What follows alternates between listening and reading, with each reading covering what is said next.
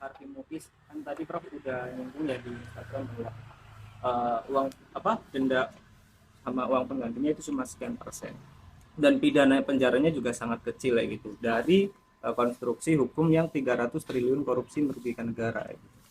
Iya, saya merasa itu menusuk rasa keadilan masyarakat ya. Ini baru pertama ada orang didakwa bukan diduga, didakwa melakukan tindak pidana korupsi dan tindak pidana pencucian uang sebesar 300 triliun. 300 triliun. Lalu tuntutannya hanya 12 tahun. Dengan uang yang tadi 300 triliun itu dikembalikan hanya 210 miliar. Ditambah satu denda 1 miliar. Itu sungguh menusuk rasa keadilan. Karena apa? 6,5 tahun itu kok kecil sekali bagi orang yang menggarung kekayaan negara. 300 triliun hanya diambil 210. Lalu ada yang mengatakan, Pak itu 300 itu kan potensi. Bukan potensi. Itu sudah disampaikan bahwa itu kerugian keuangan negara. Bukan kerugian perekonomian negara. Kalau kerugian perekonomian negara itu potensi. Termasuk gaji, termasuk apa gitu yang diduga merugikan perekonomian. Ini uang negara menurut Jampitsus Febri Diansah. Resmi pada waktu itu malah menyebut ini bukan kerugian ekonomi negara tapi keuangan negara. Artinya uang konkret yang dicuri dari negara. Sesudah dihitung lagi jadi 300 triliun.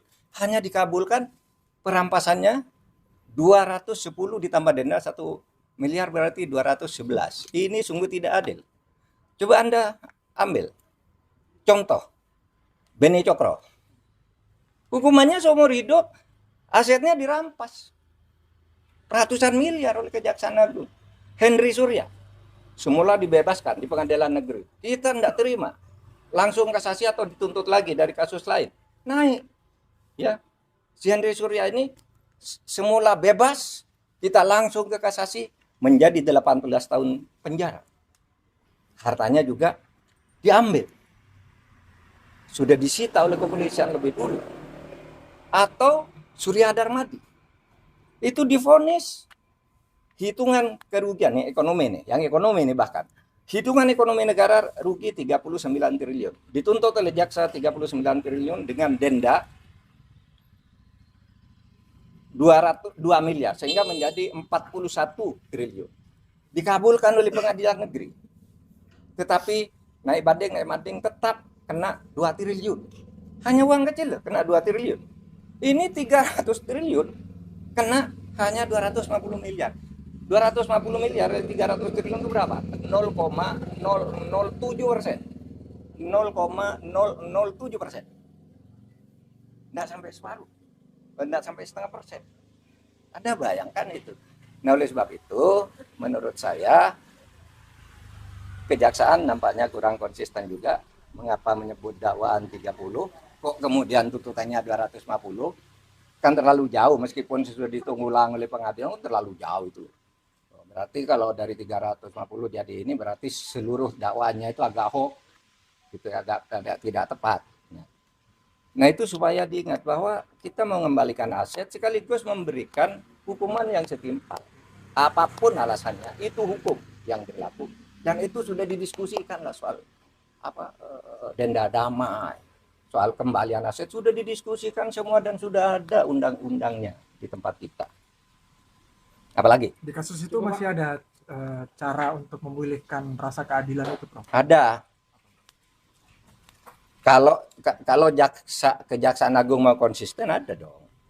Karena dulu pernah terjadi pada Henry Surya. Terjadi pada Yan Darmadi. Ketika hanya mau didenda, kami usul ini pengadilan kena kan 2 triliun dan penjara 16 tahun. Nah, kalau ini mau dilakukan, bisa naik banding lagi. Tapi tetap aneh bagi saya kalau dakwaannya 300%, bisa naik banding lagi. Kalau dibanding kasasi lagi, bisa PK lagi, tapi sementara selama ini kan belum inkrah semuanya. Itu masih bisa dilakukan. Meskipun kasus ini kan agak aneh ya. Ada unsur politisnya kan. Ketika ditetapkan si Harvey itu sebagai tersangka, kan ada berita kantor Kejaksaan Agung dikepung, ya kan? Lalu Jaksa Agung memberi penjelasan diintervensi oleh Brimob atau apa gitu kan, Jaksa Agung ngomong di televisi ya.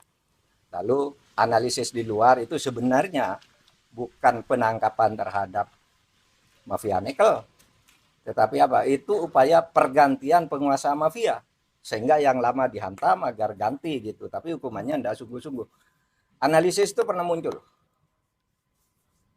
Saya baca itu dari pernyataan terbuka Pak Ansat Mbai, mantan kepala BNPT ya waktu itu.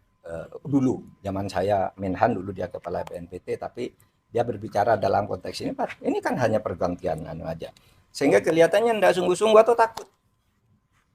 Nah ini tantangan tahun baru, ini tantangan. Anda mau bersikap apa terhadap ini?